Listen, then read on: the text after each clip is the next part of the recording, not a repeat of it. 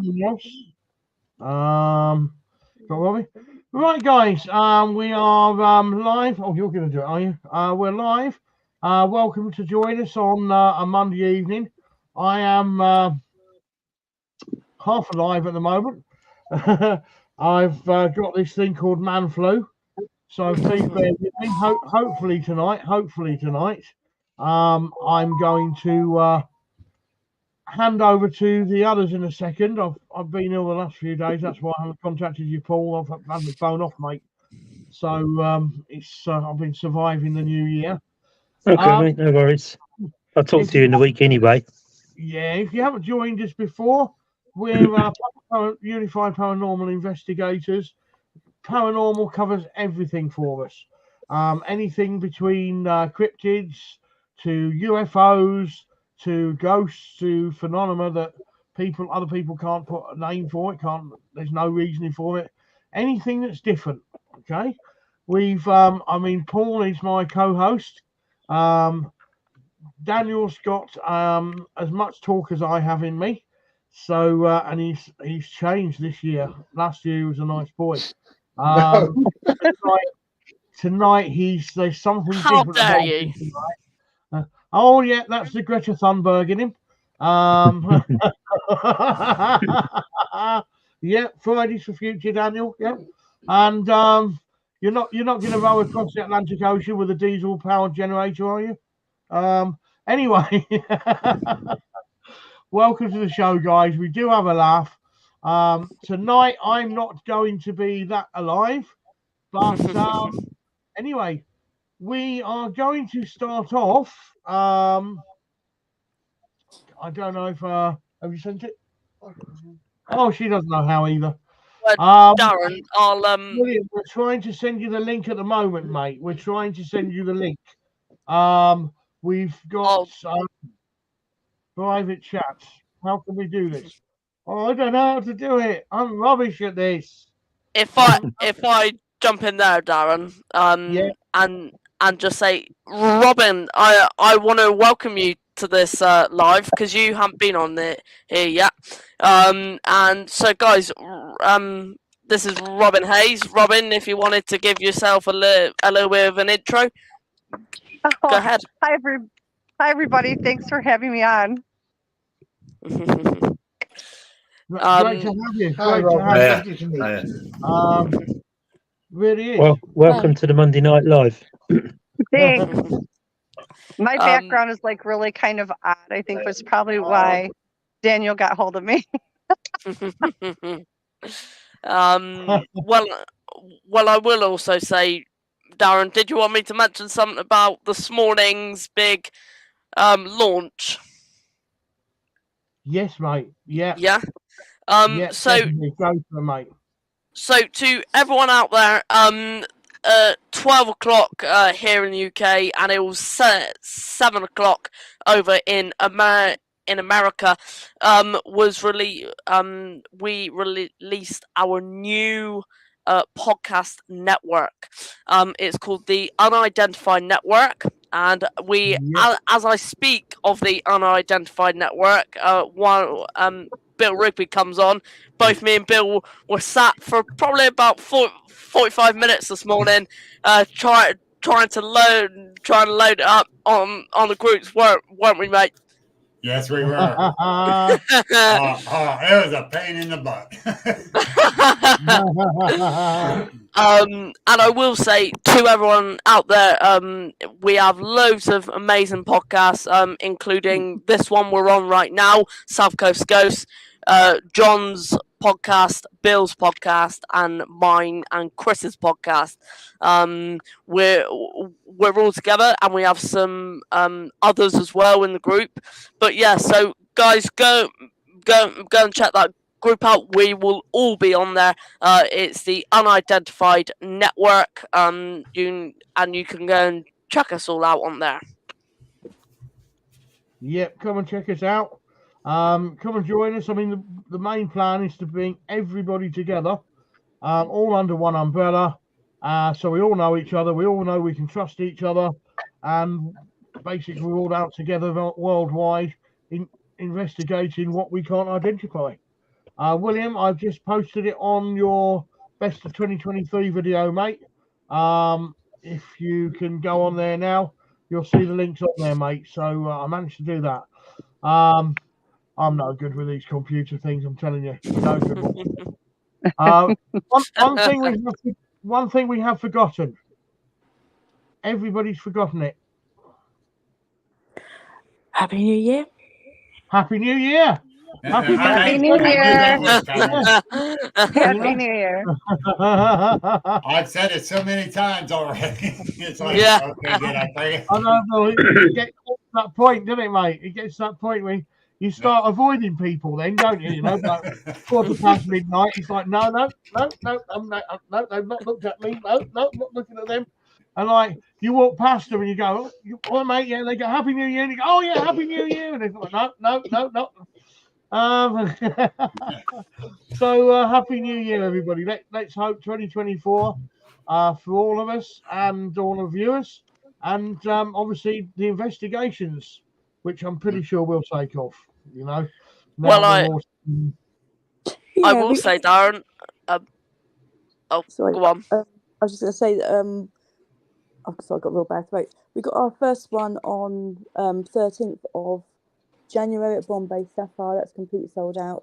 And then we got one at the end, 27th at Wiki Hole Caves and Mill. And then we've also got the start of our midweek minis. At the first one being at Stamshore, and that's on the 15th. I don't know how we're going to do a ghost hunt on the 13th and then do the mini 2 days later, but you know, or a day later. But I'm sure, you know, we'll warrior through. And but yeah, so we're at Stamshore on the 13th. It's like 8:30 to 11, all welcome. And it's the start of our midweek minis, which we really hope is going to take off over the next couple of months or so. Fingers crossed. Fingers crossed. Yeah. Well, fingers crossed. I will also say, sorry, Dan. We also have another investigation coming up, don't we, Darren? Yeah, that's when is it? 13th of January. Where 13th it will of involve you, Right. Chris, me, John, and Jackie. We're all went down there. That sounds like I fun. felt like Don't an mean to say orphan. where. I'm not invited. Mine is always at my house because my house is such a freak storm. I don't have to go very far. I mean, I go other places. Like people will call me and want me to come there, and I'll go there and everything. But usually, I just have to live my life, and it just happens anyway. Yeah, I think the 13th of January we're up in Laverstoke, just outside Basingstoke at Bombay Sapphire. We've got an event that evening. Yeah. Yeah, Bombay Sapphire, isn't it? On 13th. Yeah. Yeah. Mm. Yeah, hang about. Yes, I am, William. I did put it on there, mate. The best of, if you look in the comments, mate, of the video you posted 5 hours ago. I put it. Oh, it slowed the comments down. Oh, I know why it will be under a yeah.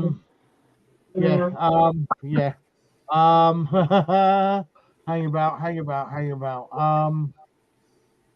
Yeah. So when were you talking about doing an investigation, Daniel? So that investigation is going to be on the 13th of January down here in Somerset on the Quantock Hills, and we are going to get the UK BRT whole team, co-founded both by myself and Chris, and we're all going to head down there. We're going to flood that forest with as many people as we can from the team, and we're just going to try and flush out what is actually there.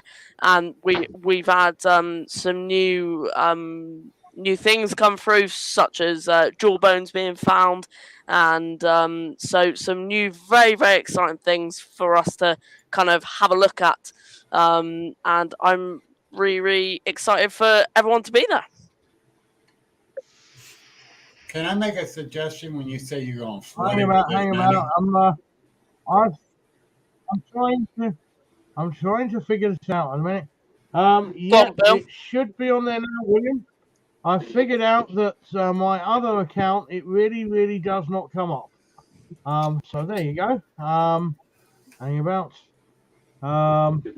Yeah, I'm here. Anyway, so What are you trying to flush out? So we're trying to kind of. There's a piece of the puzzle that is missing from this, and we haven't looked through the whole forest yet.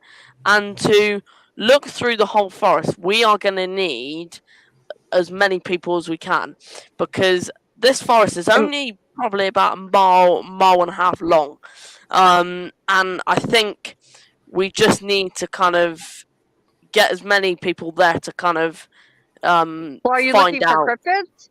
Are you looking for the cryptids? Okay, then you don't Bigfoot. want to flush them. Yeah, okay, that's they were never. You'll never get to them that way, Daniel. Exactly. I'm telling you. What you need to do. I've been doing this for over 40 years. I have them coming up to my house. Okay, I've had physical contact from them. That will only get them to run harder. And if there is one in there that even is semi-aggressive, you're going to get it right back in your face, because you're not going to push them away from their families and their territory. So what Yeah. you need to do is go in one spot in the middle, wherever you want to choose it, make a bonfire, cook some food on it, and simply laugh and have fun. Because when you laugh, it raises your frequency and that energy. It will draw anything ghostly. It will draw anything cryptid. It will draw the ETs. It will draw anything that you want if they are in range. Because that's what they feed off of. That's what they want. But let them come to you, because when you come at them, you're looking for a whole world of trouble, and generally don't find it. And I agree to both of you on a sighting wise. We're not looking for a sighting. We are looking for pieces of evidence that are left behind. We're not looking for an actual physical sighting. I was going to say, No. yeah. Yeah, we're Robin, you're 110% right. Yeah. We thank you. actually, the one area I camp at, we have more activity of them coming to us than us going out searching. I work with them in the UK because I do remote work as well. Right. I work with people all over the globe with the cryptids and the UFOs and the ETs and the ghosts. And if it's paranormal, I've worked in it in some area. And what I found with everyone, and this is not to denounce anybody else's way of doing it. I'm just talking about my own experiences and what works for me. Right. I have had a lot of success, and I've done it because I let them come to me. They have to feel safe. They have to feel like they're doing it on their own terms. And when it comes to a Sasquatch, or whatever anybody calls it in whatever country they're in, because everybody has a different name for them, it's going to come down to the same thing. They have to feel like they're in control enough to have anything. And, if you get too close to where the kids are, they aren't going to care who you are, what your reasoning's in, or whether you're pure of heart or anything else. So you've got to be really careful. You just tend to, if you want those experiences, and once you get, what I tell everybody is that turns it into a positive experience. Once you have that positive experience, you're going to have it the rest of your life. You have one negative experience and you're marked. You're done. You are dead in the water, but that's just the way it works. I mean, I went out to an area not too long ago and they walked within 8 feet of me, but there's a bunch of them. But again, I've had experiences and they've been positive. Have I dealt with nasty ones? Oh yeah. Oh yeah, definitely. But that was because I was helping other people. They don't get nasty at my home. They know better. But I have a nice free space. I would. Let me add this, Daniel, because I'm total agreement with Robin, because with the experiences I had and experience other people had, and you're going in there to flush them out, but try to find evidence, you're looking for trouble. Yeah, seriously, yeah. You're looking for trouble. You guys got to be careful to be doing it that way.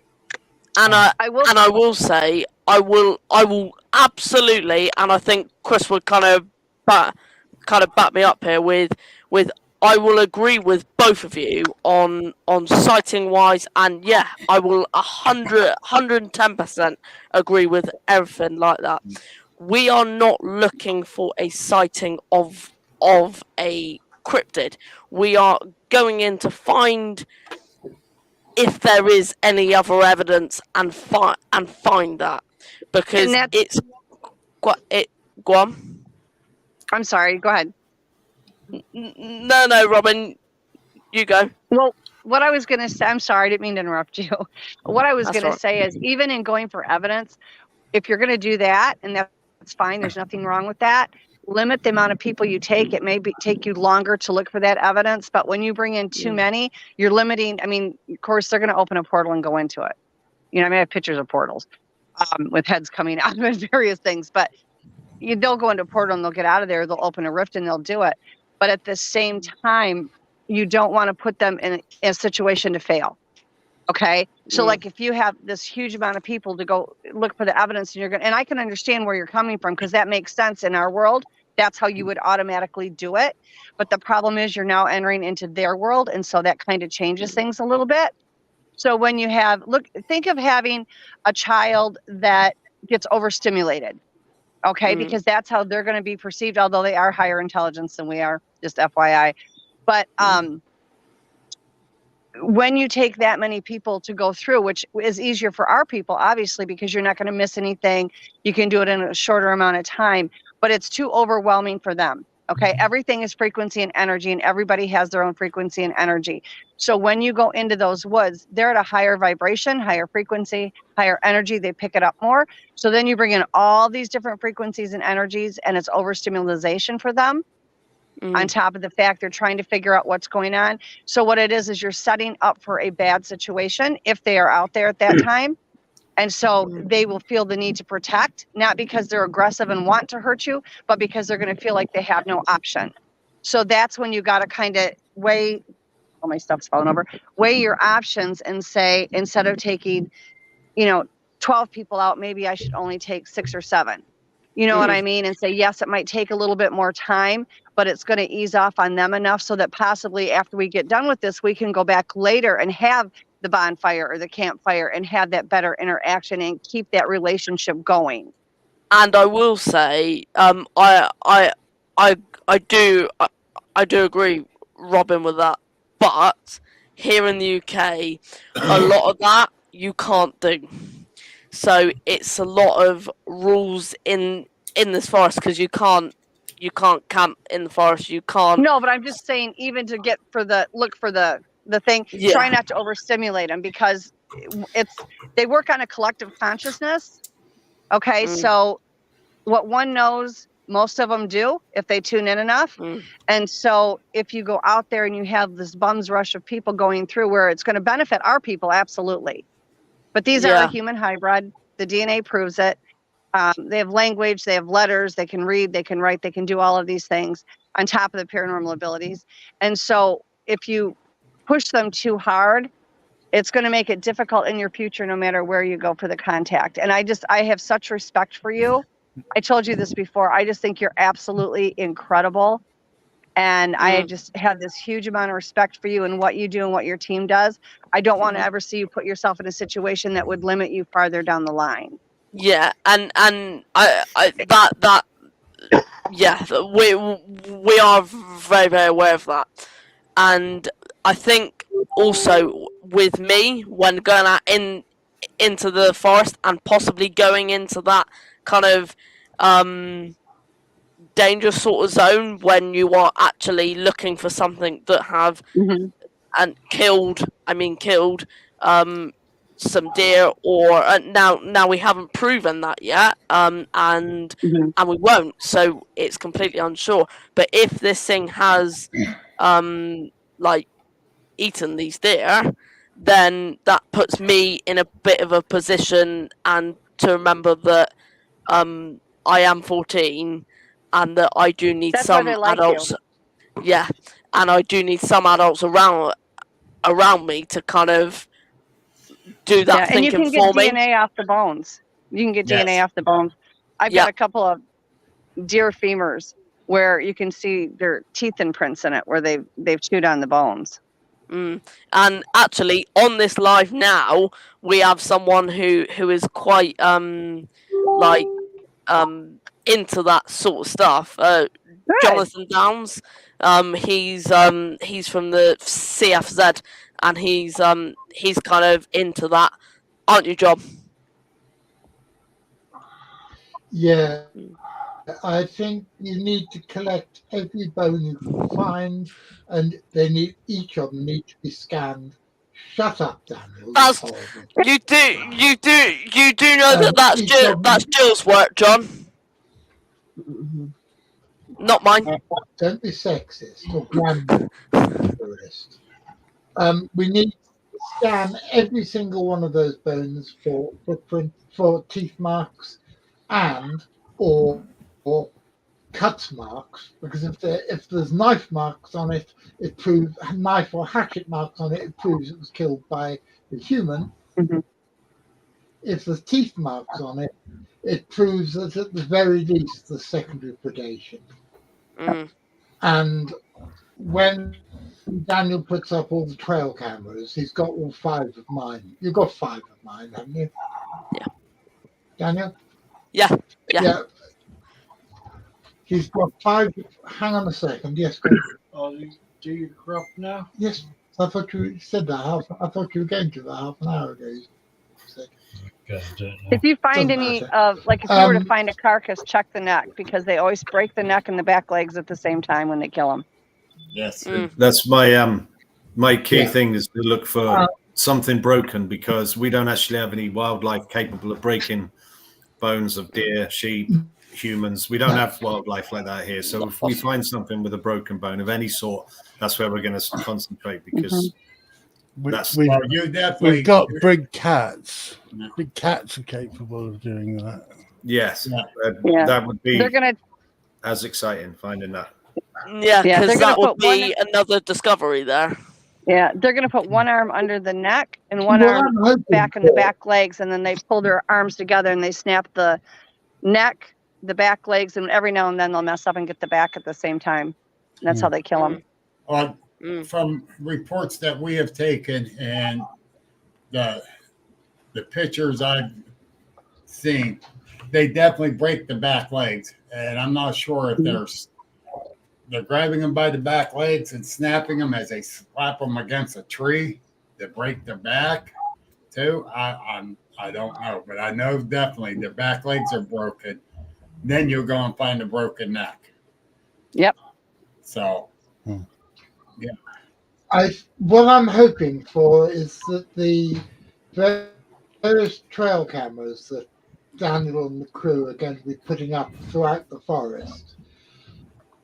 Obviously, it'd be nice to get a picture of a Bigfoot, but what I'm hoping for is to find out what other predators live there. Exactly.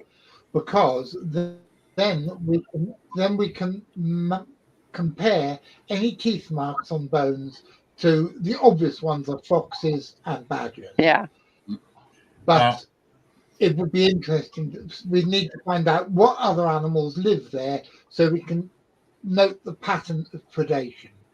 Right. Because if there's a bigger apex carnivore in there we don't know about, it's going to change all the predation patterns throughout the forest. That's in our area. We don't know for sure exactly what's in our area till we start documenting these trail cams.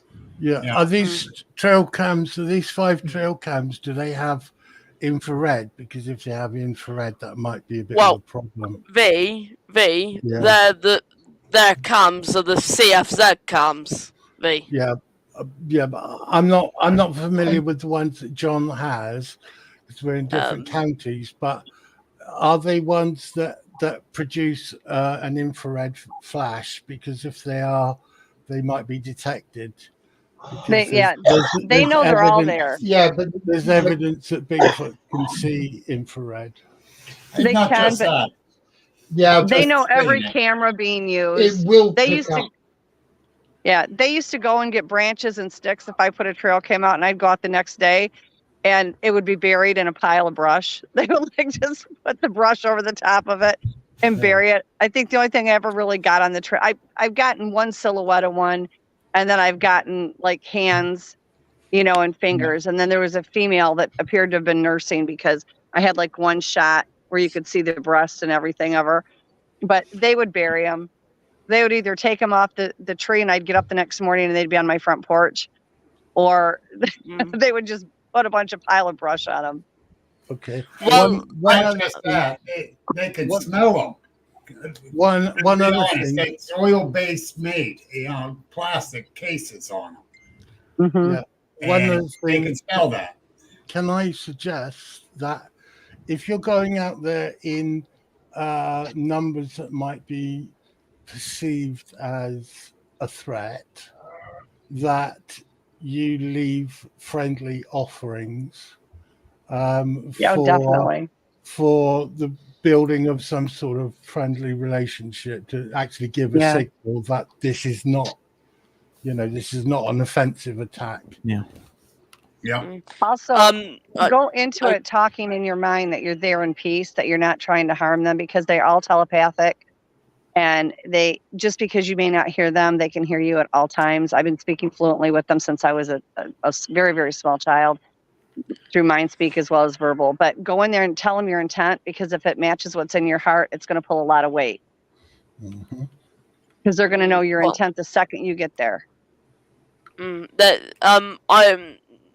I can also say we have tried loads of different things out there in the forest. Now, something weird that has come up on the trail cameras, and I'm currently having a look into them, is we've had a lot of wildlife in those trail cameras, and they've been out for a week, and we collected them back, and we've had possibly 5 different shots with nothing in them, and they're all at night, and they're all they're all at about 3 o'clock in the morning. Now I've gone through weather. Now we have had some very bad winds here, and to be honest, that may well end the case and explain it. It's just something odd that we had.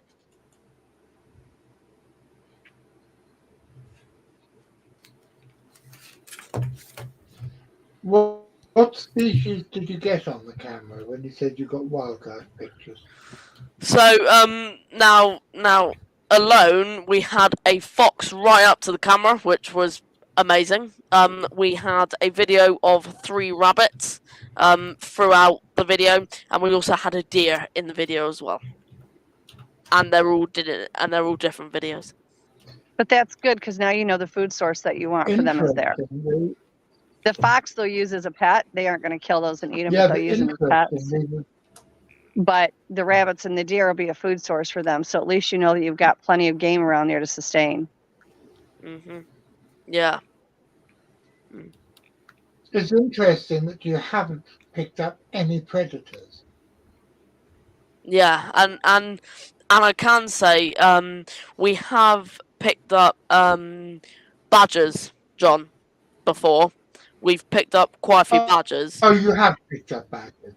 Yeah, if you're talking throughout the whole investigation, yes, we picked up badgers and we picked up several deer. No foxes. So in the whole investigation, we've had deer, foxes, rabbits, and badgers.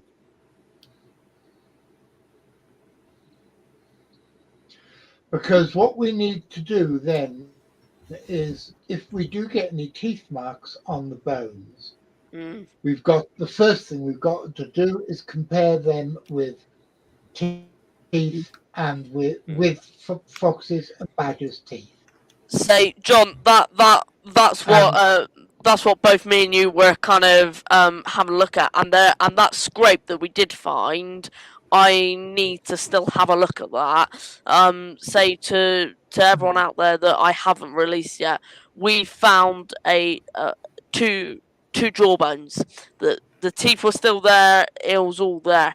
Now nothing in that forest is just gonna, and they did stink, by the way. So it was a recent something recent within the last week or so.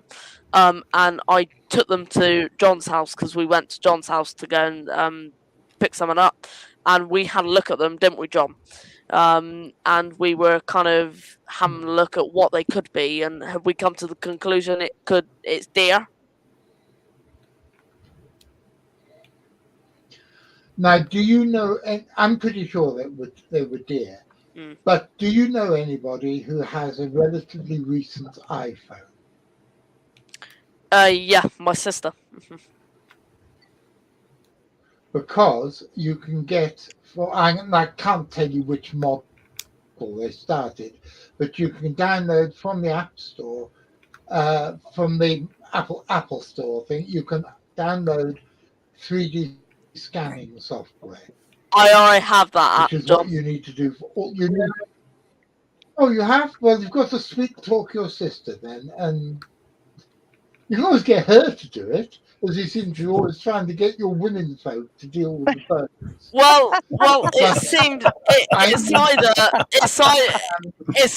either John. I have a team around me where I can just ask them to do it. Now, Dad is making jokes, telling me that it's not animal at all, and someone has gone in the forest and murdered someone. Jokes, yeah. Now, The more I hear about your father, the more I know. but it will tend to be now that something that you may not know about me, something that goes along with my autism.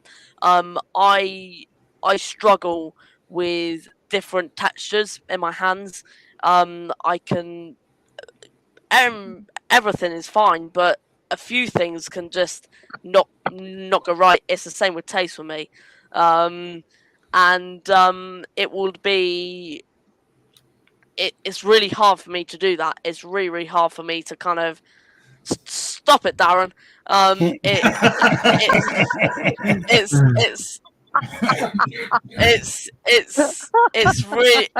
is really hard sometimes with kind of handling that stuff. Oh, just stop it. Well, the teeth on them are mostly human. They're just much larger. So, I mean, as far as the imprint you're going to find on it, you're going to find the teeth are going to be more like a human. You're going to find that nearly all. I think you'll find that the vast majority of any tooth marks we get are from secondary predation from badgers, badgers will go and chew on a half-eaten carcass. So I think that's probably what they'll turn out to be. But like I've told you ever since you got me involved in this, probably isn't enough. You have to check and double check everything. Yeah, and it's how I just saw a weird face in his vapor coming out. Just a it's a ghost. It's a ghost. Yeah, there's Darren with his ectoplasm again. Yeah, I had plenty of that last night in my bed, I'm telling you, but you don't want to know about that. By the way, guys, Jackie wants to know how she can get into. Jackie can't get in because there's 10 of us now. But she wants to know how to watch. Yeah, we're absolutely full up at the minute. I've only got 10 seats, so we've got 10 people on at the minute. So that's I've tried actually taking myself off to add someone else, but it won't let me do it. If I remove myself, so because I feel like absolute dog poo tonight. String you on for you. Well, I didn't want to say dog shit because that's a bit rude, but I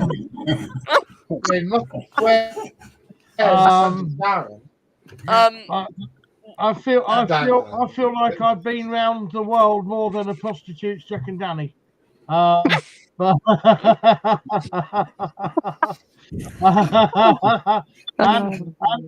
By the way, we've got a very good friend of mine's son joined us, which I'm pleased to see tonight, William. He's on the bottom kick. He's got his own gaming channel, which may not appeal to all of us, but obviously he's trying to build his audience, as we all are. Yeah. If you guys can have a look at his channel, and even if you don't sort of like subscribe, if you can pop over to it and just suggest it, we all know people that like gaming and things like that, and interest in the chat. I'm sure, don't we? Yeah. So if you can go over there, give him a like, subscribe to his channel, guys. Yeah, be much appreciated from me. If I will, Darren, I've Yeah. got 3 channels, by the way. I've gone and looked at different gun demonstrations and just different events on my main channel. If anyone's interested in that sort of thing as well. I've got adventures over the Isle of Wight in just plenty of different places as well. But just Yeah, he does. take a Yeah, look. you do, mate. Yeah. Yeah. Yeah, he goes over to Isle of Wight and whatever. So he's got quite a few interesting things on there. Go and check him out. I mean, if he puts his links to the channels in the chat, Yeah, honestly, I'm fine with that. William, just promote yourself, mate. As much as you want on my channels. Everybody on it. Well, you know me. He does know me for years. I've known William since he was in nappies. He's a great kid. He's 14 years old, same as you, Daniel. You know, great manners, great morals, polite, and he deserves to go his channel, guys. You know, like we all do, yeah. Unfortunately, in this world, unless so, if he's got Wait a great minute, manners, Darren, polite, he doesn't sound you Yeah. said he got great manners and everything, yeah, and he knows you. I know, mate. I know. Yeah, quite often. Yeah, but then it could be worse. He might know you. Anyway, Yeah, he might know me, then he'd be in bad Bill, take advantage of me while I'm ill, mate. I'll be back alive next week. What I'm going to do now is we obviously last week on the 27th we do a lot of paranormal investigations. I've got a private chat. That could be from Daniel. No, that's Chris. Very briefly, Darren. Yeah. Very briefly before you go on, we have some good people in the chat tonight. We have William Hatfield, who's an amazing guy. He's a kind of filmmaker in his own kind of channel, and he's done some amazing stuff, guys. He's over in America, so go and check him out. And we have some amazing people in chat. So thank you for joining us. Yeah, thanks everyone. It really is appreciated. But we did one of our regulars on what day? On the 27th. That'd be easier, wouldn't it? On the 27th. And I weren't. I'm gonna be 100% honest. I just couldn't be bothered turning up. I felt like rubbish. Here's one of William's links. He's putting them in the chat for everybody. Yeah, if you can just go over, check him out. He's got some interesting stuff on there. Interesting stuff. Let's cut it off. And I'm like, I put in the chat, we'll see what the weather's like. And somebody said, "Oh, it's a bit of wind down, and get over it." And I felt like rubbish. I jumped in the car, drove up there. Amy came with me. And anyway, we were the last ones there, which was change for us. Normally the first ones there. Obviously, we got there 7:30. Pitch black. Waverley Abbey, for those that don't know it, you've got a third of a mile hike up a track beside a pond through the first gate to get to the track from the car park. The car park's pitch black, track's pitch black. Hang about, give me just a second. That's better. And then you get to the next gate, through that, across a muddy field with cows in, and you're into this beautiful ruin of an abbey. You really are into a beautiful ruin of an abbey. And anyway, we've been going there collectively as here we are. Yeah, 5 hours live. You know, he's beating us. This is not right.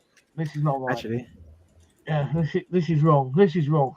William, you're beating us. It's not fair. I'll stick the link to the live in the chat. Thanks, 5 mate. hours, Thank 3 you. minutes, 40 seconds. Anyway, he's yeah. We're over there. We've been collectively doing it for a number of years. It's been a film set of many a location. 28 Days Later and Hot Fuzz and things like that.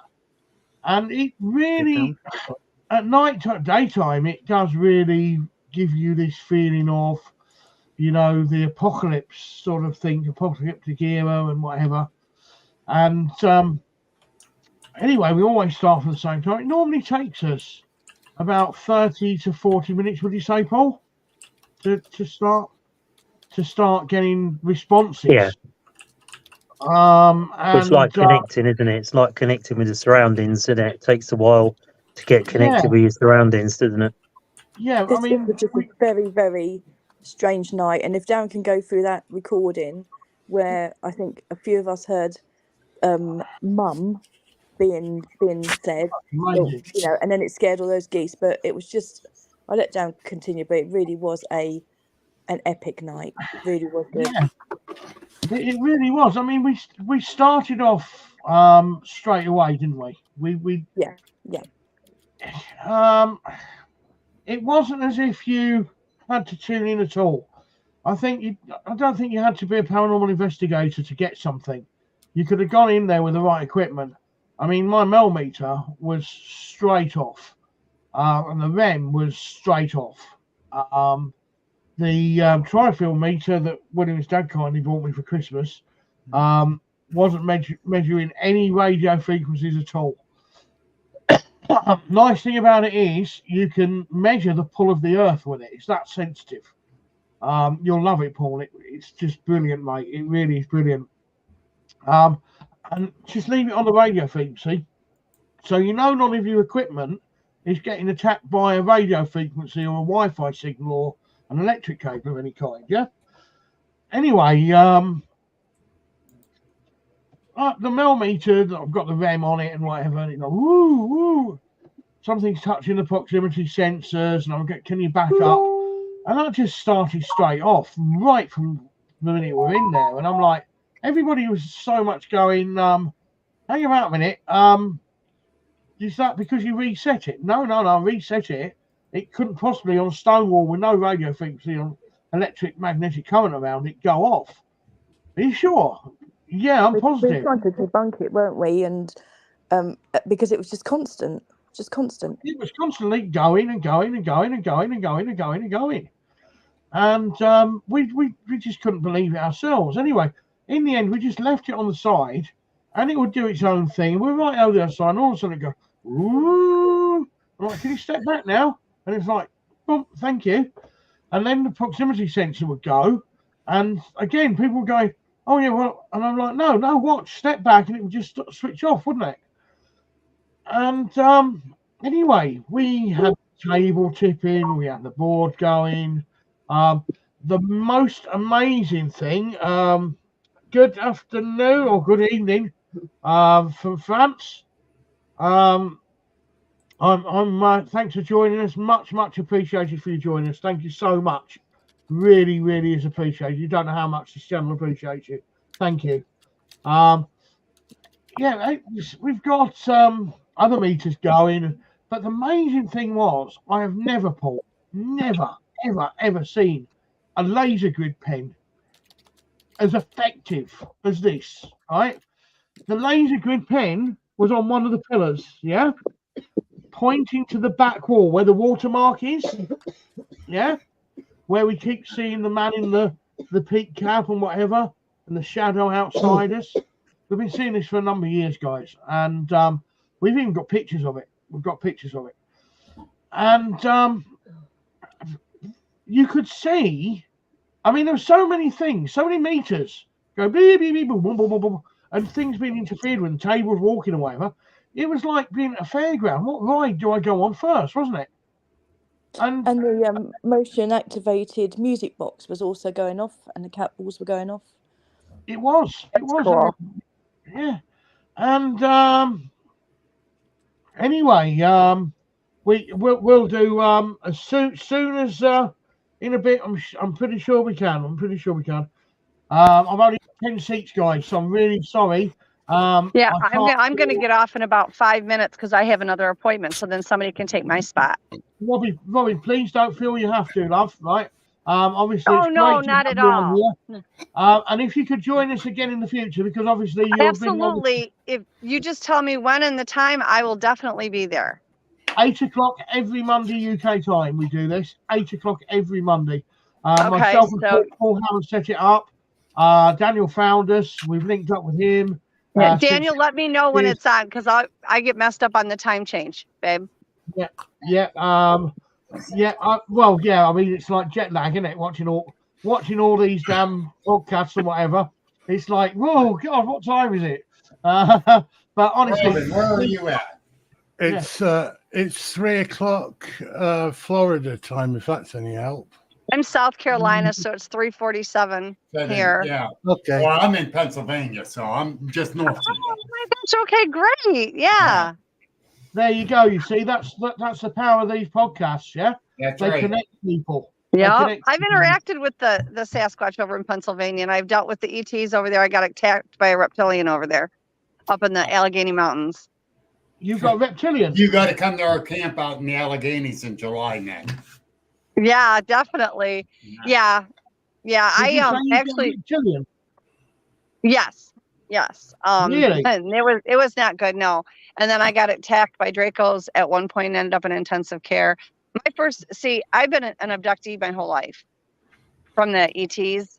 I've had fetal implants done, DNA taken. Yeah. Ships. I've got an incredible UFO video that MUFON just drooled over that my son-in-law took from my front porch. And yeah. Well, you've got to come back. We got to talk. We got to. Yeah, definitely. Are you on Facebook? Yes. Okay, I'm under Robin Haynes, Haynes. Look me up because we need to talk, sir. Yes. My background. I started. It's so amazing. It's so amazing. Yeah, I started out as a small child. The cryptids found me. I've never been in search of because they just have always been around me. So they started training me and teaching me back when I was extremely young. The first ET abduction I remember, I was 4. And I can tell you everything that was in the ship, the glyphs that were on it, everything it was that crystal clear. And they told me at that time I'd been there before. And then I had been abducted on and off my entire life. I've had 2 fetal implants. I've had DNA taken, and then they leave those wonderful little triangular things on you all the time. My doctor thinks that there's an implant in my ear, but it's not where it's at. It's not showing up for an MRI. But every time they're around, my ear starts draining all kinds of stuff out of it. It hums and then it drains. So I do healing work on all this stuff. So the good stuff, the bad stuff, I have the right to refuse it. So I don't. I work with the Bigfoot, the dog man. I have a picture of a lizard man in my backyard. If it's a cryptid and it will talk to me, I can talk to it. I've dealt with ghosts my entire life. Always had those around. I've got 2 that live in my house currently. My contact with the cryptids is like up close and personal. I have been sent out to areas where I've been sent out to the woods where the bad ones are at to deal with them. So I'm fully aware of what they're capable of as well. Now you said you had real close encounters up there in the Alleghenies. Was that up in the Kinzoo area? You know what? It's been a long time, and it was the first time I was ever there. I know there's a bunch of campgrounds and stuff up there, and there was this is like probably 13 or 14. There was a really bad group, and it was coming down off the mountains and going into, is it Brazelton or Bradle? I can't remember, but anyway, and they were harassing people, so I was sent there to help with that. Because I work for I do work for the Sasquatch. I mean, and the dog and the other cryptids. Because the Kinzoo area, it's just out there. Intense. Very, very. Yeah. And that's where we're going to be. Okay. Yeah. So The thing I noticed about Pennsylvania, it's like the most paranormal state I've ever been in. Oh my gosh. It's crazy. I've been like out. I spoke at the International Scientific Conference in Russia back in, it was like 2011 or 12, and I went out there. Theirs was pretty mild. Like they would mind speak and they were fine. I never had any issues with them. They seem a lot more passive than people think. But you get into Pennsylvania, and it's like this everywhere, but Pennsylvania even more so. You have pockets. Like the bad ones stay by themselves, the good ones stay by themselves.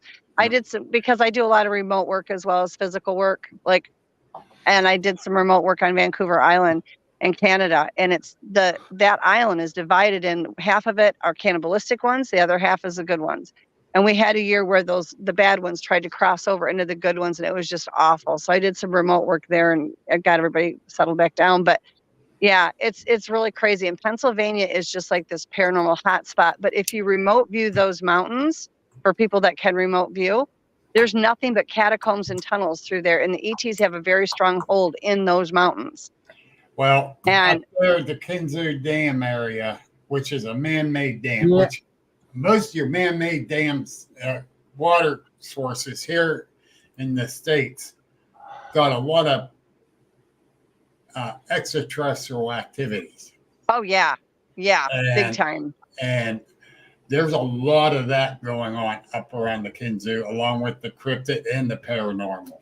And a friend of mine got a picture of a portal right near his place. Yeah, right, I have one I sent to Daniel, and it's a triangle. This is outside my garage. There's a triangular shaped craft, very low, right by the garage, and then underneath of it is an open portal with the head sticking out. Oh, sweet. I'll show it to you. I'll send it to you. I will send it to you. Absolutely. Has anyone been to Gettysburg? The battlefield there. Yes. And according to the spirits, and according to the spirits in Gettysburg, our people don't know anything about the history, that we've got it all wrong. So yeah, I've been there once. It was incredible. I really actually was a little concerned about going, because like I'm in South Carolina now, and even to go down into Charleston where the slave quarters used to be, oh my gosh, it's like everything tries to blow up my head because everything's talking at once. I'm also an empath, so I feel everything at the same time. And so I was getting both barrels. So I was rather nervous about going to Gettysburg, but I would go back in a minute. I loved it. That's like a good friend of mine. What we'll do is we'll get you on sometime, Robin, to give us a story on one of your paranormals, if that's all right. Absolutely. Yeah. Daniel's got all my information, Darren, and he can share it with you. I would absolutely love that. Yeah. Up and add us, V, another paranormal, Chris, everybody on here, basically. You know, you've got friends all over the world now. And you guys got to contact me. It's so much fun. Like I said, my experiences, I spent most of my life doing this by myself because I didn't know any outside people. So it's like I just did all this interaction and all this stuff by myself. I've always had ghosts around me. I mean, everywhere I've gone. So that, that wasn't surprising. But what we find is when you have one, the others are there as well. Because everything, again, I sound like a broken record. Everything is frequency and energy, and they all have to have it, and they're all at a higher range. And they just, I get the dimensionals, I get the elementals. I've had cat people here, a lot of, right now I have a really weird cryptid that's running around that has no name. The Sasquatch called him Micaiah, which means thee that walks the earth that have no name. So it's like a blanket for these new cryptids that the ETs are dropping off. Because they're all ET hybrids. They're, you have a human and an ET, and then whatever animal they use. One thing we've had all the time about Waverley Abbey is that we've always felt there was a portal there. Always felt that there's a portal there. And I think the other night we may have just proven that there is a portal there. Because, the evidence we've had from Waverley Abbey is absolutely amazing. Probably the first most amazing one was about 6-7 years ago when I held an event over there, and on the Human Pendulum we had a young girl come across to say she'd lived homeless and she'd been murdered by a soldier, she was pregnant and blah blah blah. And we're like, what do we want to hear from a girl in the 1960s from? No, this is having us on. Then when we got home, did a bit of digging. Sure enough, there was a young girl that came from Suffolk, murdered by a soldier, got in the family way and hung. He was hung. But you know, the power of suggestion is you're looking for monks. When you come across a young girl like that, and it's completely, and I think on the 27th, hang about a second, hang about. I'm getting bored now. I really am, because I keep referring to the 27th. Saturday, right? On Saturday, was it Saturday? No. Do you know what? I'm looking right on Wednesday, right? On Wednesday, we all went up there. Luke was there. Undercover Simon was there. Dora was there. And it was unbelievable because Luke, who I'm sure is watching this, Luke Sturgis, he commented to start with from as early as the laser pen, you wouldn't believe it. It was unbelievable. Well, You the could laser pen actually was the see- first thing I set up. Yeah, but it was unbelievable, Luke, wasn't it? Because you Yeah. could see the individual fingers of the laser jumping and up and down, 2 to 3 inches. Hopefully, I've got that on film. Hopefully, I have. And we're like, that's impossible to do. Do you know what I mean? Yeah. Then Luke reported that there was something dark swooping over him. And he said to me, "What does that mean?" Now, the first thing that I come to think of is, well, we're on a paranormal investigation. It could be demonic. It may not be that nice, at the very least. So my guard is now up against the demonic, whatever there could be there, whatever entity doesn't like us, whatever entity doesn't want us there. And he said, yeah, it just happened again. And there it was again. And I'm like, how big? Oh, it's quite big. And it's like, there's 2 of them. Okay. Anyway, we nipped to the next door building. And the same thing, we got loads of hits, and the table was walking, and the Ouija boards going, and so forth. And then it started raining, so we decided we'll head back into the bit with a little bit of cover. Yeah. And then before we left, about 10:30, we decided to walk over to what we call the hanging tree. Well, no, it was before that, Darren, and the little little gremlin we had on the board. Oh yeah. Yes. When Well, everything changed, that was just a changing point for the whole night. Yeah, there was a demonic source came across on the board, and it was as normal, pretending to be a lost relative and so forth, and oh yeah, you're fine with me, and you can trust me, and I'll make you cry, and I'll get in, and I'll affect you, and I'll attach myself to you. Anyway, I turned around and said, look, you need to get that off the board now. I said, it's green, it's slime, it's horrible. It's not who it's saying it is. Get rid of it, yeah? Oh, I'm thinking it. No, it is. It's definite, yeah? Anyway, and that was horrible. Anyway, we walked across to the hanging tree, didn't we, Luke? Yeah. And who saw it? Me, Dora, Simon, undercover Simon. Yeah. I think a couple of the other guys saw it as well. But it was almost like a bat that There was like a bat flying about, wasn't there? Quite a big bat. It looked then as if kind of like it had changed into this big sort of animal sort of thing with like a large wingspan and a big tail, and then it kind of swooped up to the top of the tree line and disappeared. It just went. It was the speed it turned in as well, mate. Yeah. Yeah. Because it almost looked like it came over to see us. Yeah. It came over to see us, and it had a look at us. And I don't know if you noticed, but the way it was flying, its neck was moving to its wing beat. Yeah. It was up like and that. down. Yeah. The only thing I almost could like a describe it to dragon. is a dragon. Yeah. Simon, well done. Yeah. Exactly the same. Well, yeah, I don't want to say that because I don't want to put it in people's minds, because obviously our job is to try and say, oh no, it's a figment of our imagination, or oh no, it's just the wind that closed the door, or no, it's something like that. now the first thing I did is I compiled a message to John on what I'd seen and what we'd all seen. Because if anybody's going to know anything about it or find anything about it, it's John and V. So I sent a message to John because I've been very busy, obviously, with the new year, going away and being very ill because I feel like absolute rubbish at the minute, and I really do. Yeah. And yeah, anyway,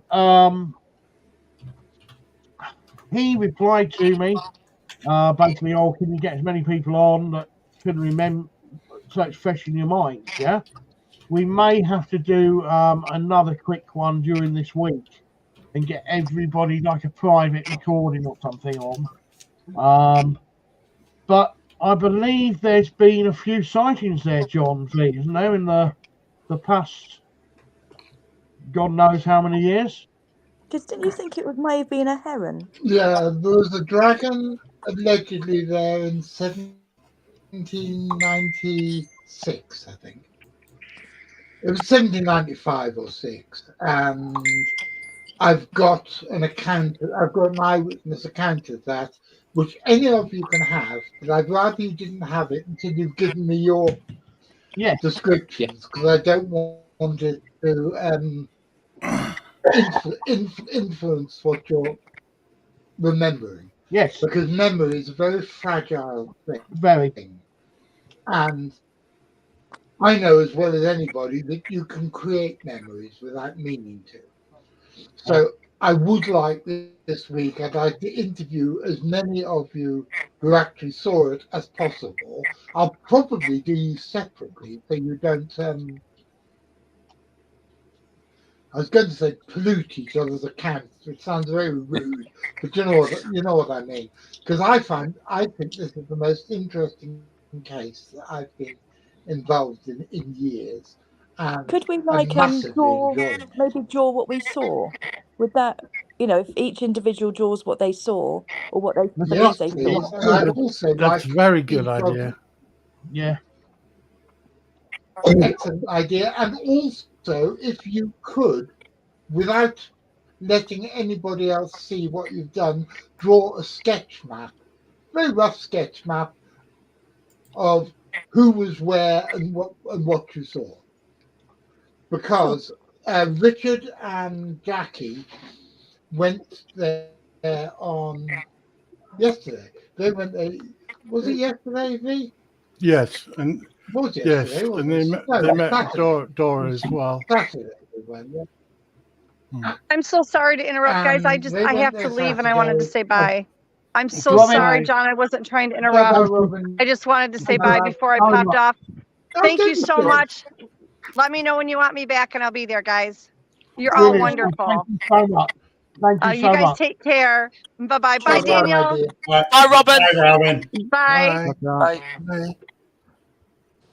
Yeah. Yeah, I think as much as we can remember, sketch it, speak it, whatever, it's very important. But it's the more I think about it, the more exciting it is. This could be the most important case I've dealt with in 20 years. Really? Probably longer. Really? Yeah. What you mean? It could overtake Daniel. Yeah, I don't know if anyone has read my book. Daniel, it wasn't me being mad. This time. Yeah. I don't know if anyone has read my book about the Cornish Owl Man, but that was the last case that I investigated, which was as many faceted and fascinating as this one, and that was 25 years ago. So. Right, so this is literally a 2 or 3 times a century case. So please forgive me if I ask you questions over and over and over again. It's mostly because I'm a senile old git with a bad memory. I'm recording everything, including this. Yep. Shut up, Daniel, you old child. I'm recording this, and when it's transcribed, I'll send you all copies, not Daniel. I'll send you 3 copies of what the transcription is, so you can make any changes Hi, you Jackie. want to. And here is Jackie. Hi, Yeah, we've got about. back But in. Jackie and Richard were there on Saturday, and they've come up with some more interesting stuff that I didn't know.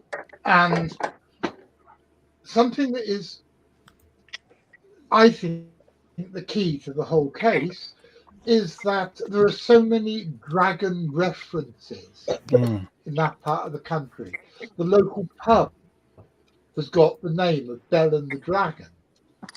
That's a mystery in itself, because Bell and the Dragon is a very obscure book in the Apocrypha, and it's not been in the main Bible since the Conference of Nicaea in 330 AD.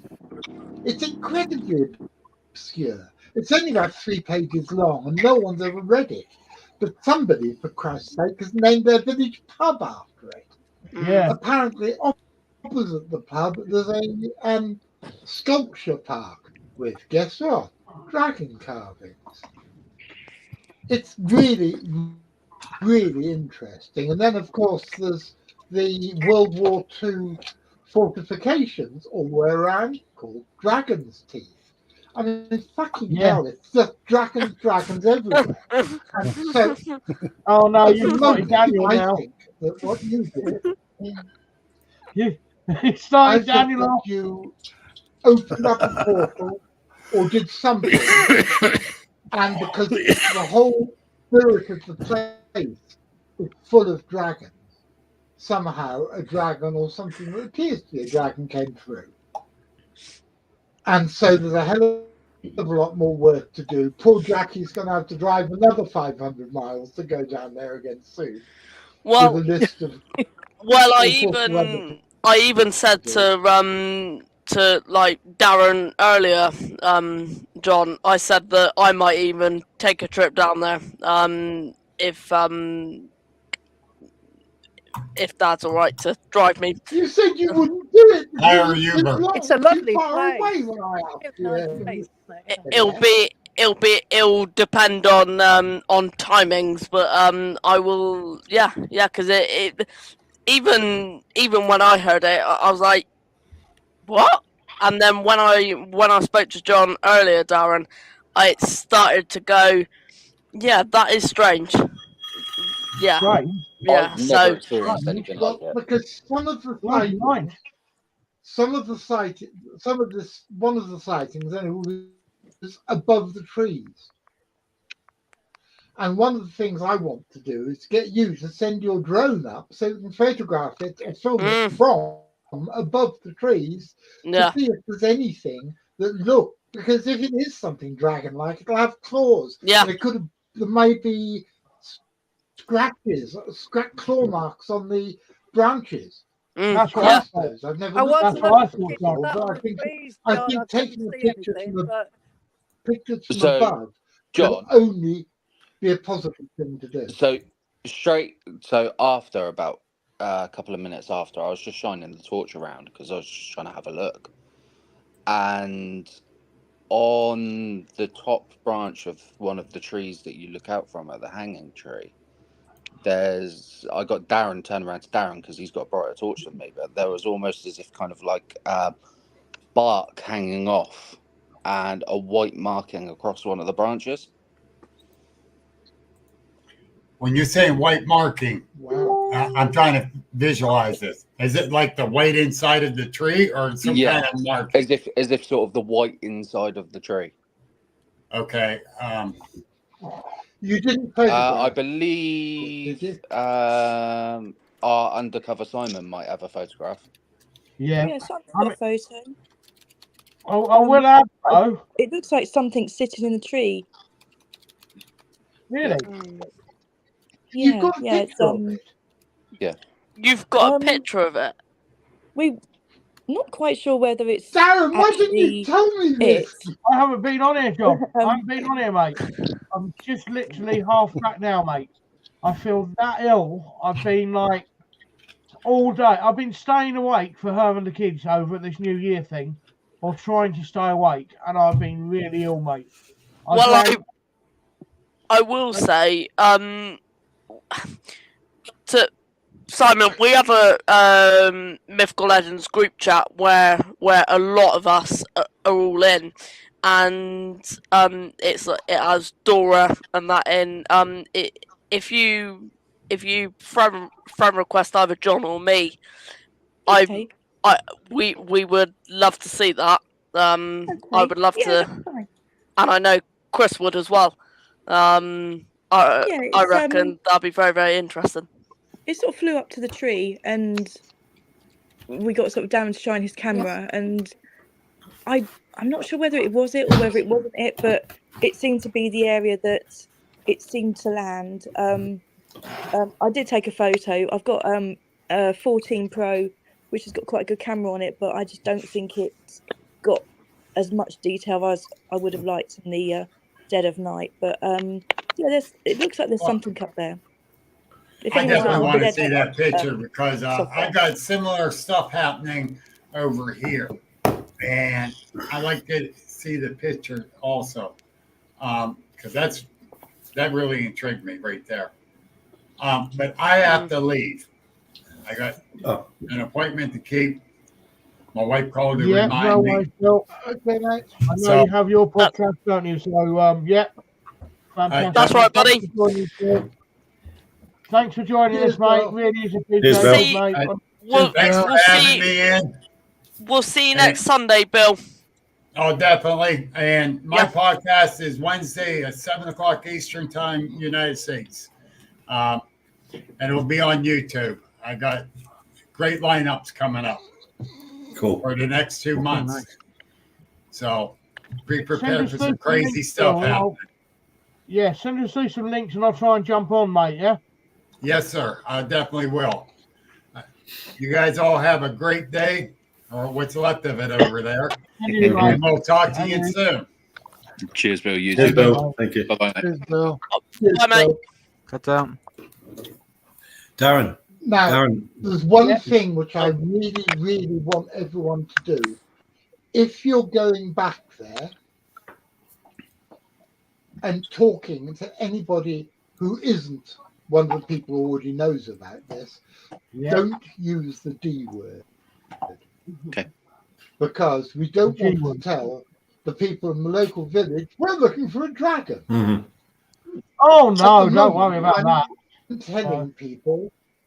I'm telling people that we're interested in a strange bird seen in the area, which I think is a crane, which is from there's a colony of common cranes in Cambridgeshire.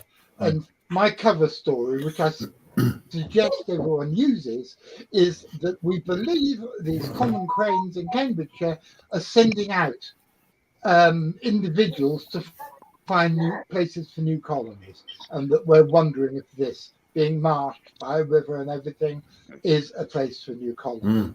Yeah, good plan. Good plan. Good cover story. It's interesting. It's true. These things are sending out new colonies, but if we say that, it's interesting enough to grab people's imagination, they're not going to think we're nuts. Well, John, I will mention we are on live, so everyone. I realise that.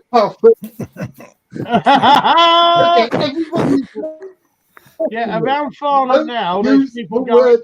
Dragon. Where's the dragon? There's people that say they're looking for some strange bird. They're really looking for a dragon. They're cream crackers. Don't trust them.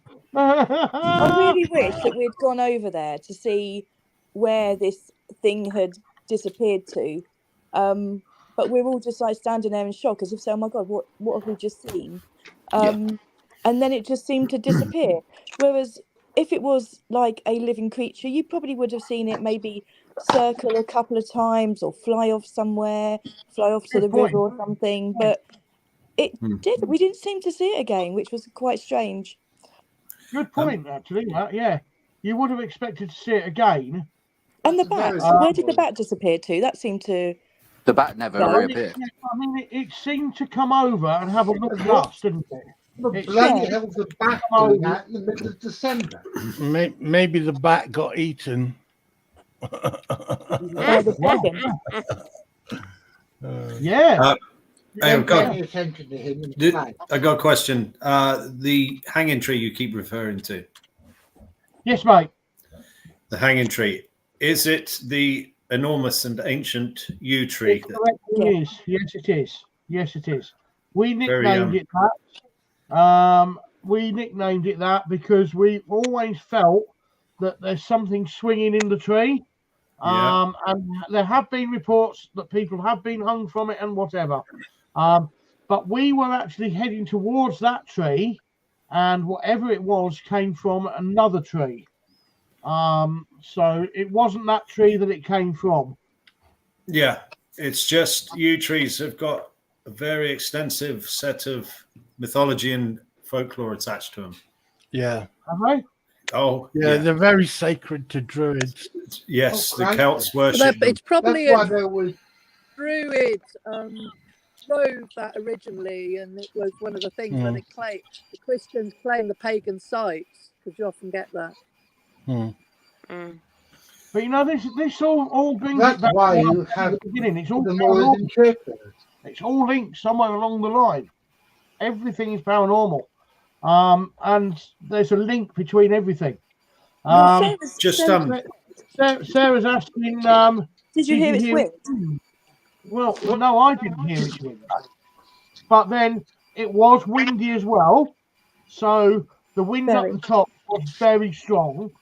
I don't know about you or Luke. No, I didn't. I don't believe I did either. I think we were all just standing there like, what is this? It was quite surreal. It was just one of those really weird evenings, wasn't it? It was really windy up atop, wasn't it? You could see the clouds really moving. Now, what was strange about the night as well, it became very light at one stage, didn't it? It was almost daylight. I took photos throughout the evening, and some of the photos are a lot lighter than other ones. And also we had those strange lights in the sky, which could be satellites. Oh my God, yes. No, we do had you know those as what? well. One thing, Julia, over at Waverley Abbey we've had for years is I know there's an airport up the road, but I believe these things also use airports as a cover.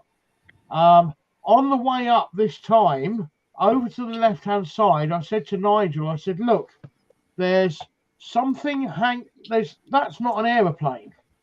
Amy saw it as well. I said, that is not an aeroplane, that is stationary. And Nigel looked up, he went, oh, it's got a flashing light on it. And I said, because it's got a flashing light, it means it's an aeroplane, does it? And somebody else turned around and went, oh, it's probably a helicopter. I said, no. You did, yeah? It was far too busy for windy up there for a helicopter to be that stationary, yeah? In a wind, a helicopter's like that all the time, yeah? Whoa, God, yeah? This thing was just sat there. And we, that basically got pretty ignored as we walked over there, yeah? Everybody had their own little conversations. I pick up on these things. And when we got over there, about an hour later, looked up at the sky, and you, Julia, said, oh, look at that white light up there. And it was far too high and going far too fast for an aeroplane. And it was on a 100% set path. The next thing, 3 more came behind it in a perfect triangles combo, didn't they? Yes. Now, satellites, if you want to know if it's a satellite or not, it's pretty easy.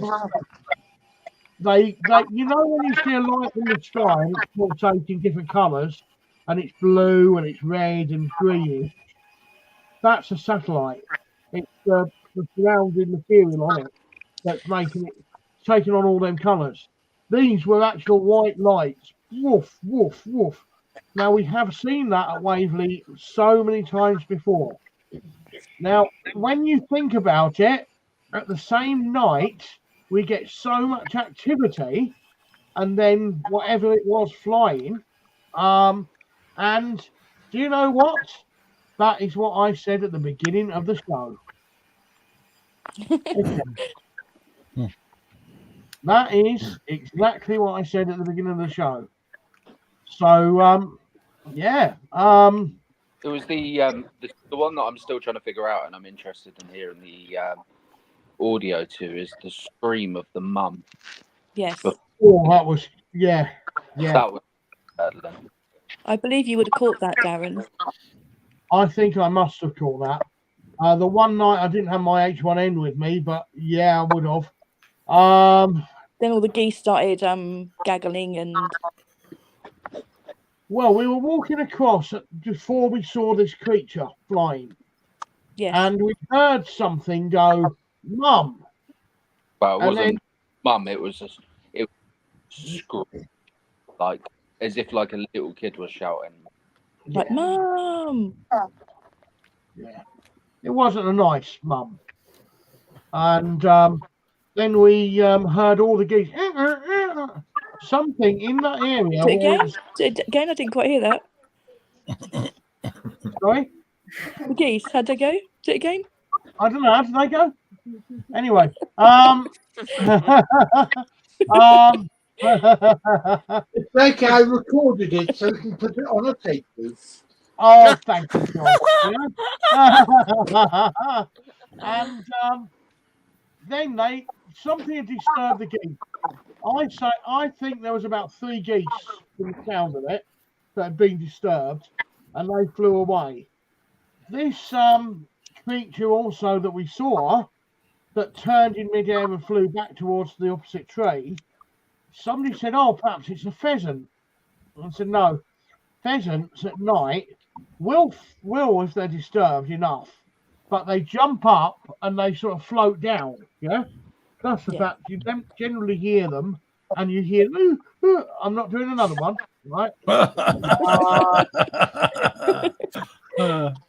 That was enough. So, yeah, I mean, I said about the portal at the very beginning. And with the lights at the very beginning of the night, the lights up atop, the activity right from the word go, no RF energy whatsoever. And then seeing that, did it go back to a portal? Is there a portal at Waverley Abbey? We have been going on about portals there for many, many years. So perhaps there is. Perhaps there is. I don't know. Will we ever know? That's the thing. Will we ever know? I don't think so. I don't think so. The same as, do we know? No, but we are Jackie going to have a hell of a lot that more hamster in the cage and run it round quicker to get our internet to stay on. It keeps falling out. Get a bigger hamster, Jackie. It's like a parrot. By the way, thanks for the friend request, Simon. Oh, you're welcome. I was just trying to find John. So, John, if you find me, add me, and I can send the photo across. And John, can you add me as well? Because I've whilst we've been talking, my pic. Yes, of course. Could you add me as well, Luke? Yeah, let me see if I can. I tried to find you earlier, mate. Daniel. Oh, can you add me? Oh, add me. Me. Oh, we have friends. Go on, John. No.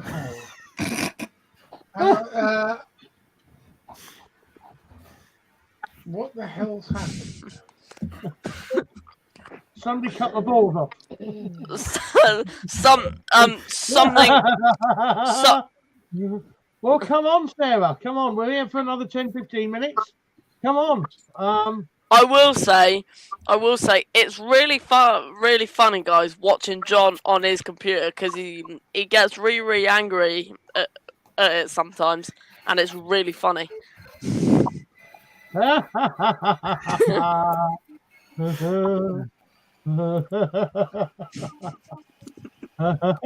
do I get into the chat? Should be on the right hand side of your screen, John. I don't know. Yeah, there's private chat for Yeah, us, and I've there's seen. I was comments. saying I have to connect my. Can I? I'm on my allow- phone and it's going to have to yes. connect via YouTube. Yes. Any of you who want to add me, there's my Facebook. Oh, fuck. No. That's all right, Shut up, John. Daniel, This you video horrible just went to an guy. 18 rating. What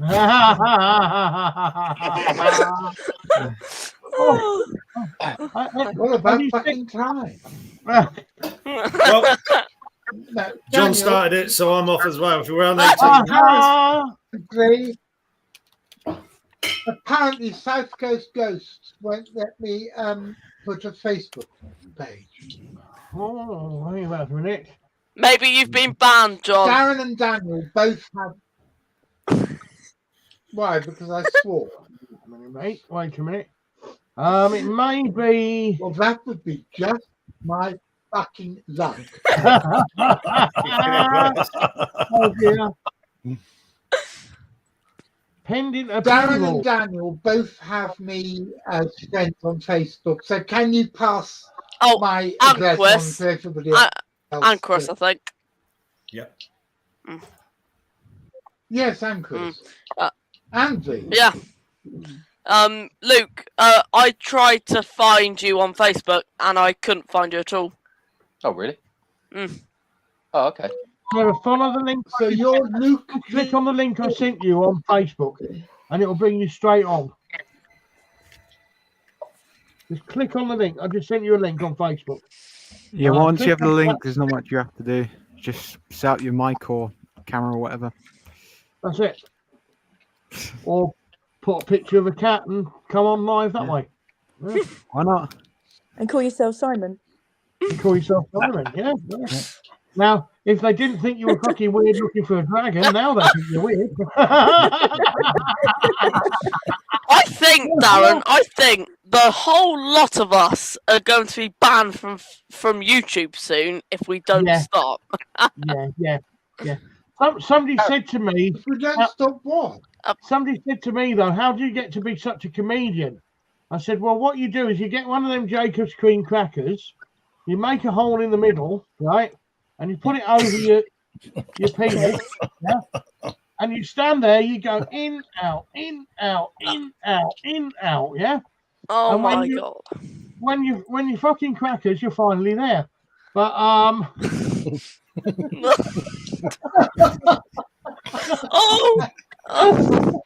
I want to know what Christmas cracker you got that one out of. It wasn't in Tesco's, Chris. It wasn't from a Tesco's one. No. I buy my Christmas crackers from the adult shop. You going there regularly then? You get a good bang out of them. Okay, and move on. Move on. Oh dear. Yeah.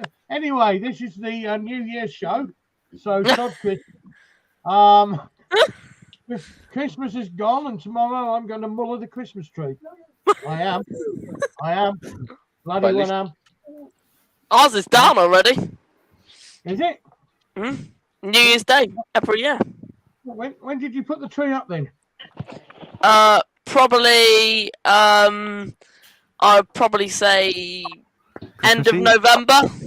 What, you stuck it up then? When did you stick the tree up?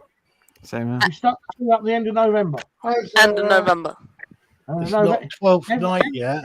Anyway, everybody else knows what I'm getting at, but you didn't, obviously. Evening, Sarah. All right. Daniel stuck the tree up in November. I heard. Just stop.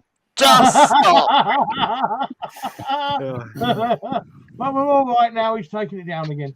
Anyway. That's right. He's got over it, has he? Oh my. Oh, Darren, just stop. I'll tell you one thing. This has done well for my flow. It really has. Because I felt like dog shit before I came on here. Now I feel so much better. I really did feel better.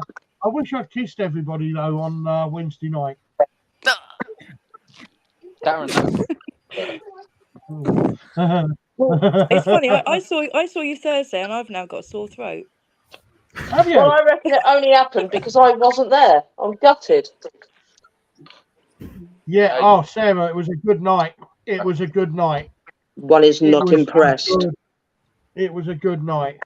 And it was my I know- torch that flipping caught it by the sounds of it. It was. Yeah, Luke, can you add Sarah to the puppy chat if she's not already on it? Yeah. And then we can then you can see when we're going or whatever, because we sometimes do it last minute.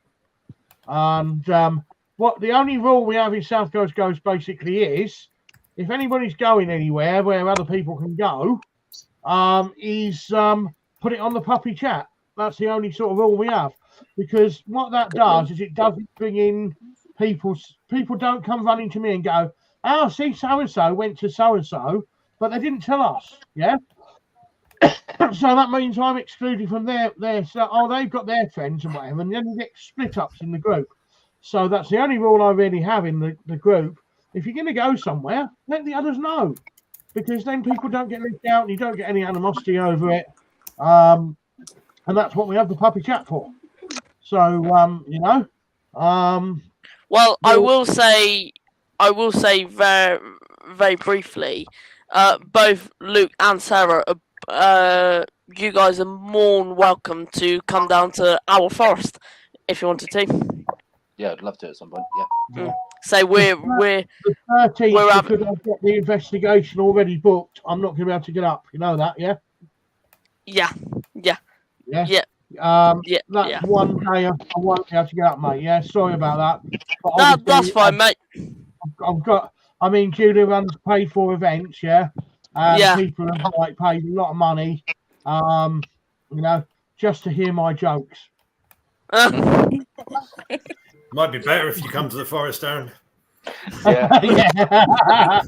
Well, yeah. I'm sorry to put you in the forest, Chris, alone with Daniel for all that time. We will actually get a lot more done, Darren. Oh yeah. I'm sure you will. Yeah, I'm sure you will. But I do desperately need Darren on the 13th, because we are, and on the 27th, because we are literally, we've got so many people coming. Desperately need his help. There's squeaky doors though. Oh, was that a door? Was that a door? Was that a door?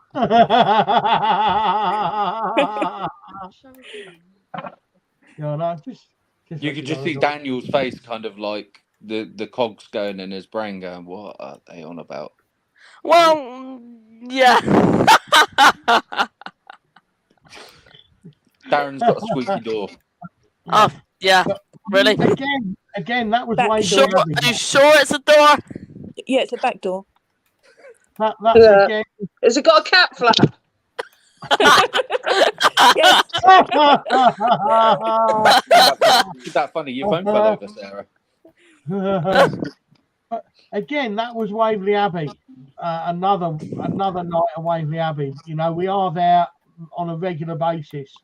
If anybody wants to come down and be shown around, just give me a shout and I'll arrange a time to come up there with you, meet you there or whatever. Yeah. Is that Jackie's message, Mythical Legends? Saying she was chucked out and saying that she can't come back in.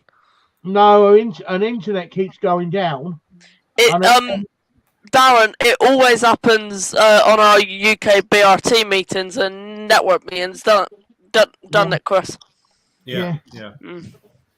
I've had to re-add her about 30 times tonight because her internet's so weak, and she keeps vanishing. Then she comes back, I hit add, and it takes about 15 seconds for her to come on screen because her internet's so slow. Yeah. Same thing happens, yeah.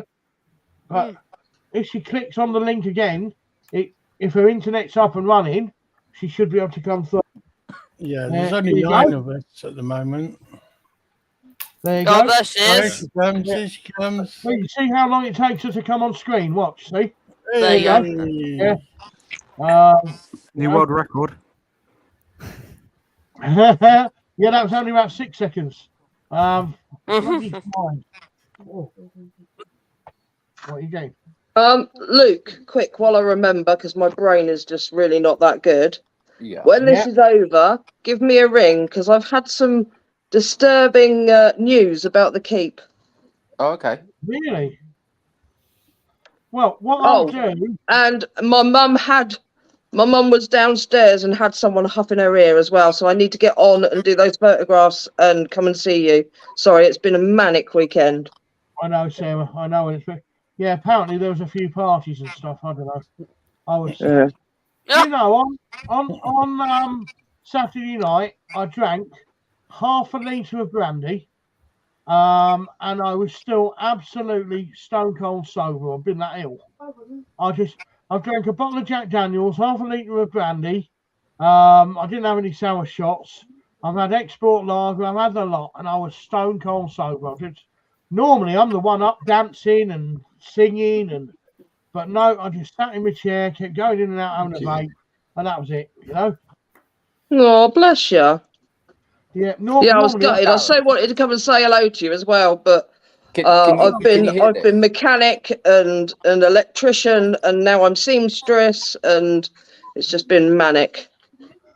Well, it's on again next year, so if you get your motor up and running. Yeah, well, like I said, I can get in there anyhow because I'm part of the Waterside DA. Oh yeah, you'll get in. You'll get in. Yes, Luke. Can you hear this? No. It's the world's tiniest violin playing you a sad song. Will you stop stealing my jokes and try and be a bit original, please? I will say, very briefly, we do have some good news for the network, guys. I just had someone from America literally message me this second saying, glad to hear from the from us, and that he would like to interview me for his several podcasts, and I'm gonna see if we can possibly get him into the network because he has several podcasts. How do you feel about that? Those that are watching this at the moment, as of today, if you weren't part of it, well, it's a bit tough, really. You're left out in the cold. No, not really. You're not really. You're not left out in the cold at all. Each of us here have a paranormal or a cryptid or just a related podcast. I mean, you could probably get William on it, Daniel, yeah? Whatever. Yeah. Send you a link, William. It became quite clear, such as tonight, we've had quite a few people, Daniel's cross sharing it from his network to others. Well, I can say congratulations to all of us here as us four, Darren, John, Chris, and myself. We are all admins of a group that is almost reaching 1,000 members. From a group members. That we're on 963. Basically means what we saw the other night is a mythical legend until we can prove otherwise, and that's what this is all about. It is all about tonight we have managed to introduce two more people, Bill Rigby and Robin. They've realised that they are only just down the road from each other. And now they can do some investigating with each groups, and let's hope they find more evidence out there to bring to you guys on the podcast. So basically, if you weren't aware of it, don't worry, because you're not really excluded. Everybody's welcome to the Worldwide Podcast Network, which we are all part of, and we're all founders of. And it's Darren, unidentified network. What's that? That's what it's saying on your computer. No, you just said worldwide network. It's unidentified. What one's unidentified to you? What? What? Daniel, you all right, mate? You got the flu? Anyway, me and you need a chat after this, mate. Just me and you. It is the Unidentified Network, and we are live now. And we'll be doing regular podcasts, regular streaming, and regular investigating, which is the main thing. But it's basically for the same reason I started this 12 months ago. It's to bring everybody together. And we've managed to do that just tonight alone. We brought 2 more people, 2 more huge groups together. And that's what it's all about. Unfortunately, we've got somebody come on here.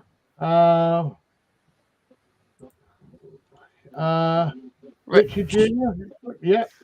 Richard, hello from the hello from the USA. Hello, Richard Jr. God, thanks for joining us, mate. Thank you so much. It's unfortunately in the paranormal community, because people think, oh well, it's unknown, it's weird, and whatever. It's not publicised that much. It never makes the front page of the Sunday magazines or anything, does it? Therefore, we're very unspoken about, so we have to make our own publicity in life, and that's what we're doing. And these podcasts are bringing people together, no doubt about it. I mean, Darren, I will say, and a very, very important note that needs to be added in there. It shouldn't be that way. Shouldn't be. No, it shouldn't. And no, it shouldn't be, mate. That is my goal. That is my aim, to make it a regular thing that people think about, and it's going to take a long time to do that. Right. But I really hope you do, yeah. But it's a bit like hypnotherapy. It's such a powerful tool for fears, phobias, whatever. And I mean, the gastric mind band is 17% more effective, proven, than a surgical procedure. And yet, the NHS have very few occupational hypnotherapists. And the reason being, the tablets sell for money. The therapeutic from the hypnotherapy is still one of these things that people think, oh my God, what is it now? It can't be real, because they're scared of it. And which is why everybody on here has been hypnotized that many times without their knowledge. They do it at least twice a day. Everybody on here. Now that's got you thinking, isn't it? Yeah, and which is why we start small, and the way we start it is the way that we've started the events.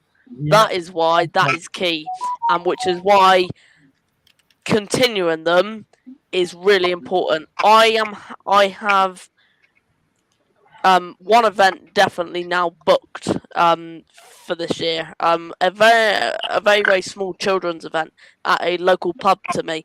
And we're just going there. What? You're taking children to the pub. No.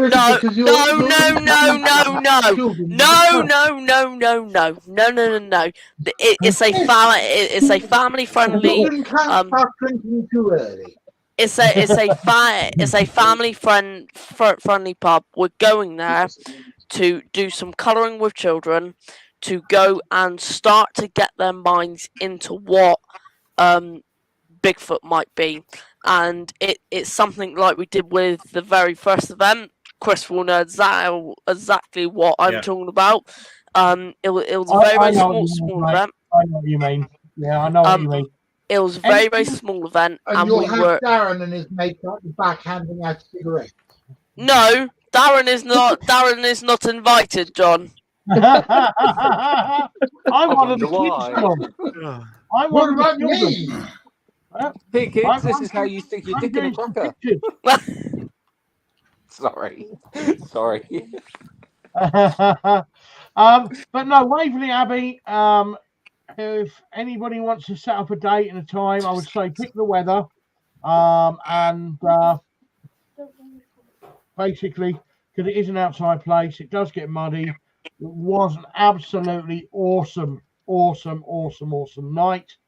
But also very muddy. I had to put carrier bags over my feet. I did like your orange carrier bags. They were very sexy. The bag lady. I did nearly go a few times. I don't know whether, but anyway, the trainers kept nice and clean. I think I was your full man though, because you kept grabbing hold of my back or my hood or something and nearly dragging me down with you. I just like. Was she When trying to get grab you down everything on the with ground? me- Was she like? She was trying to get me down on the ground, yeah. Mm. With her carrier bags on her feet. Well, Well- you know, I think the carrier bags let me down really because they weren't really, but they were Sainsbury's, so you know it wasn't as if they're quite classy bags. Oh, I like your classy Balenciagas, eh? That's why I had to put the bags on. I didn't think it was gonna be that muddy, but it was just it was like it was you could do mud wrestling and it was like that bad. It was I'm just glad that last year was the driest year on record. We haven't had rain for so long. It's superb, isn't it? But there you go. It's anybody that doesn't look out the window and look at it for themselves is mental. But that's what the BBC reported. It's the driest year on record. Yeah. But there you go. Darren. I won't. One more thing I'll add is kind of getting children involved in what we're trying to do here is probably the most key thing, because they are going to be the ones to carry on what you guys are doing right now. I'm carrying on what you guys are doing right now. That's my job. What I'm hearing, Daniel, is you're trying to say that everyone in this chat, apart from you, is old. Yeah. No. Yeah. Well, Well, he's 14 years of age. Well, me and William can have our own Are you 15, conversations. We can do that. You guys can go. Just vanish off the go. You know we're going to come haunt you now, yeah? Really? Yeah, we will. Yeah. We will. Yeah. All of us. Right. Watch out. I would do that. Anyway, my dears, I'm going to have to go. Yes, I'm going to end. I've got to go because. Yep. Yeah, you've got my to get carer rid is of pissed, and I want to try to get him put to bed before he falls over.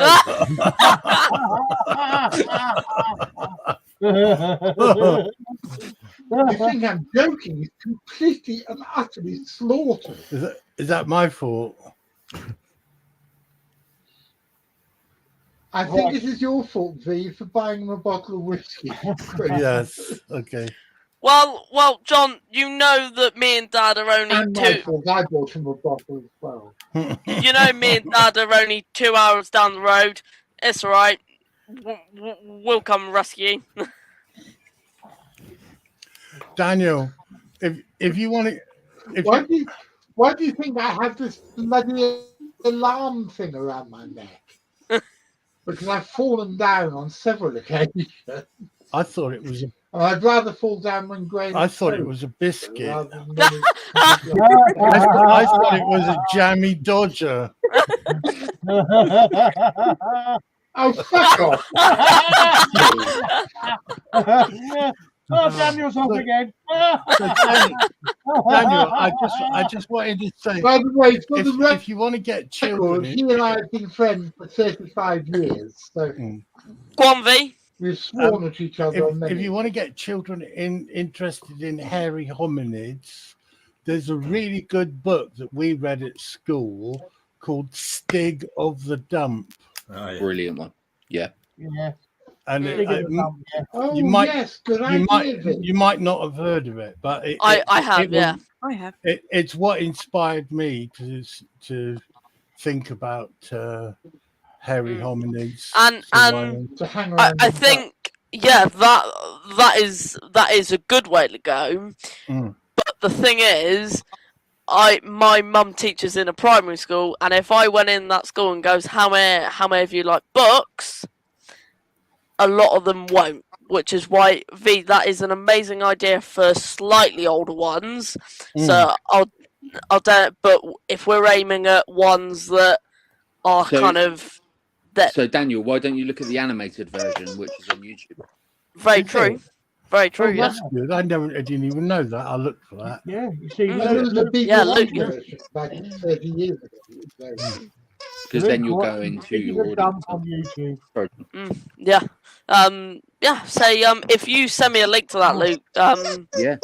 Yeah. That'll be brilliant. Sorry, my dog's squeaking in the background. Leave it. Sorry yeah, I'm for going to have interrupting. to go soon. I'm away, mate. back to work tomorrow.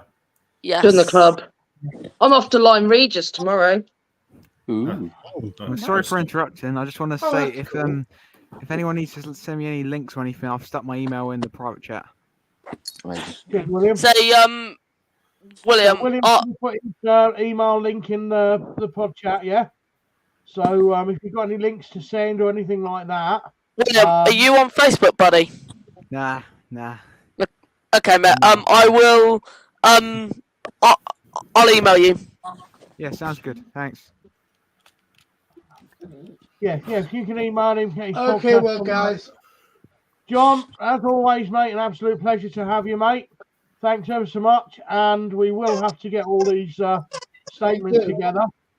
And I'm if I can talk to everybody in the next week or so. Yeah. John, you won't hear from me for a while, will you? Oh, piss off! You said that. He said that on Christmas Eve. Then I heard from him 3 more times, and then he phoned me again on Christmas morning. Actually, it was Christmas afternoon. It was morning for me. I didn't just go out of bed. Morning for you, late evening for me. Well, you've got to remember that us old bastards, Daniel, we don't get up till the afternoon. I've not been getting up till And 10 I'm o'clock. considerably older than you, young whippersnapper, Luke. Well, I will say, guys. I'm sorry. Remember, I'm a grandson. In about 2 minutes or so, I'm gonna have to go as well because I have another interview. I'm going to end the live now anyway. We've been on well longer than normal, which is quite unusual for us. Sarah, if you stay on, we'll have a chat about sleep and whatever. Don't end it, Sarah, yeah? And we'll have a chat on here or whatever, yeah? Are you happy to talk in front of other people, or do you just want it private? Yeah, I don't care. Yeah, It just involves. It's just that it might illegally involve another paranormal group. Yeah. Okay. No problems.